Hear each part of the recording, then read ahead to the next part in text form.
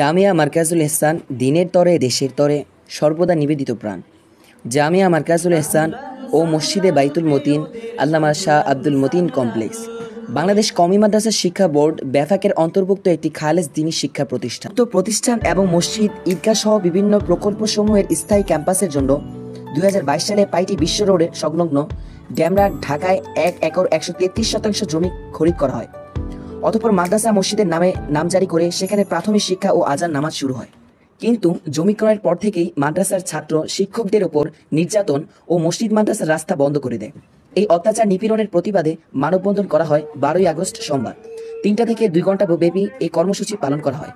কর্মসূচি চলাকালে বক্তব্য রাখেন জামিয়া মাহমুদিয়া আরবি বিশ্ববিদ্যালয় সুনামধন্য প্রিন্সিপাল মুফতি ইমামউদ্দিন হাফিজাহুল্লাহ, হযরত মাওলানা জুনায়েদ মোস্তফা কামাল সাহেব দামাত বারকাতুহুম। অতঃপর এই কর্মসূচির প্রধান আকর্ষণ জামিয়া মারকাজুল ইহসানের সিনিয়র মুহাদ্দিস হযরত মাওলানা আশিক এলাহি সাহেব দামাত বারকাতুহুম। এটা কোনো নাস্তিক মুরতাদের দেশ না, এই বাংলাদেশ এটা কোনো ভারতীয়দের দেশ না, লক্ষ মানুষের রক্তের বিনিময়ে অর্জিত এই বাংলাদেশ। এখানে মাদ্রাসার জন্য, মসজিদের জন্য এবং ঈদগাহের জন্য জনকল্যাণমূলক দেশের। তিনি তার বক্তব্যে বলেন, আমরা এখানে মাদ্রাসা মসজিদের জমি ক্রয়ের পর থেকেই আমরা নানান রকম নির্যাতনের শিকার হই।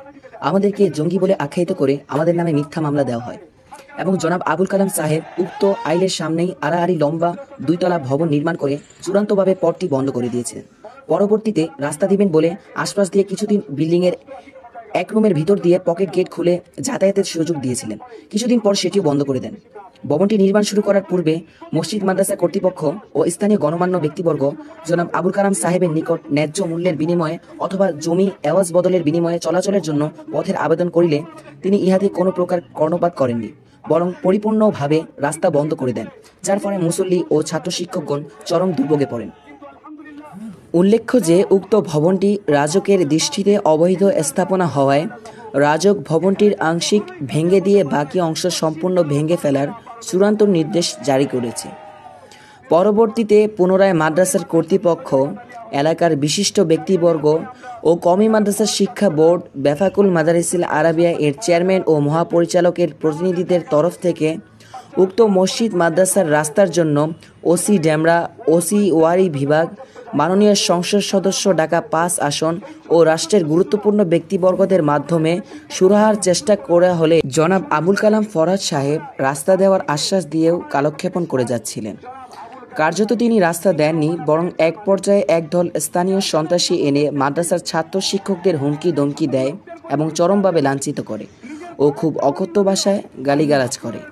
এমনকি পবিত্র রমজান মাসে মাদ্রাসায় একাধিক শিক্ষকদের গায়ে আঘাত করে ও দাড়ি ধরে টেনে চরম ধৃষ্টতাপূর্ণ আচরণ করে, ছাত্রদেরকে ঘাট ধাক্কা দিয়ে ফেলে দেয়, খতমে তারাবি বন্ধ করে দেওয়ার চেষ্টা করে।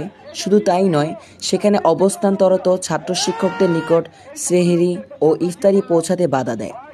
বিভিন্ন হয়রানির শিকার হন ছাত্র শিক্ষকরা এবং সেই সন্ত্রাসী চাঁদাবাজরা মাদ্রাসার কর্তৃপক্ষ থেকে 2 কোটি টাকা হাতিয়ে নেওয়ার পায়তারা করে। ফলে এলাকার সর্বস্তরের জনসাধারণ, তার এহেন কর্মকর্তারা তাকে মসজিদ মাদ্রাসার জমি দখলের পায়তারা বলে অভিমত দেন এবং চরমভাবে ক্ষুব্ধ হন। এক পর্যায়ে মসজিদ মাদ্রাসা রক্ষার্থে এলাকার সর্বস্তরের জনগণ স্ব-উদ্যোগে মসজিদ মাদ্রাসা ও জনসাধারণের চলাচলের সেই রাস্তা খুলে দেওয়ার ব্যাপারে সর্বাত্মক চেষ্টা করে রাস্তাটি খুলে দেন। দীর্ঘ 3 বছরের প্রচেষ্টায় বন্ধ রাস্তা উন্মুক্ত হয়, পাইটি ও পার্শ্ববর্তী এলাকাবাসীর মনে খুশি ফিরে আসে।